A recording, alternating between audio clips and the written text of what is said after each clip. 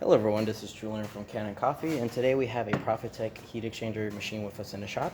And it came in for a few reasons, one being that the machine wouldn't warm up. And so we have the original heating element here. We did swap it out for a new one, and as you can see, it seems pretty good on the inside. But once you flip it, yeah, it's very much rusted, corroded. The reason it's warped like this is because this heating element, although it's only held by a gasket, was completely jammed into your machine. So we had to pry it a little bit.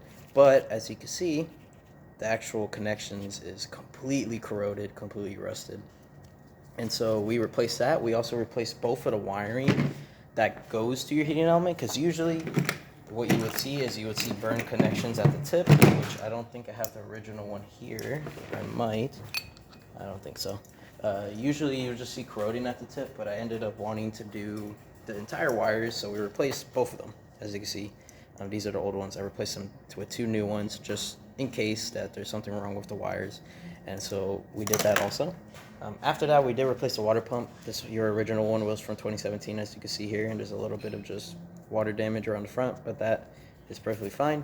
And usually you'll see your water your water pump start to corrode or start to diminish after 5 to 6 years. And so usually you want to replace these at least every 5 to 6 years, just so you can have a better pressure consistency. After that, we did a tune-up, descaling the main boiler, descaling both the hot water tap and the steam one, descaling the upper valve. We did replace all three of the valves at the top of your group head. As you can see, we have the bottom valve, the middle valve, and then the top valve. We did replace them because these are quite shaven. And after that, we did back flushing to clean the bottom chamber out, and deep clean the group head, replace the silicone gasket with another silicone gasket. So here's your older one, and we just replaced it with a newer silicone gasket. It's blue colored, so you would tell. And then for the IMS shower screen, we did keep the original one. I did just ended up cleaning it just because it's quite expensive to get these IMS baskets.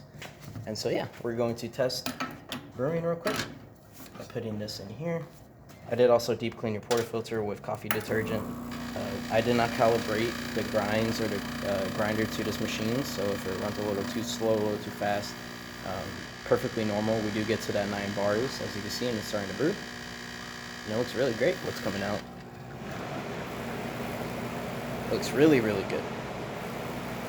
And since this is a heat exchanger machine, you can do the steam one at the same time. As you can see, working great. And then hot water tap can also be used, but you usually want to wait on the hot water tap just because you're activating the pump at the same time. So we're going to just take this out, and we are going to use hot water tap. And all that is working well. And that's about it for this repair. If you like this video or any of our other videos on our channel, leave a like, subscribe, and hit the bell. Thanks for watching.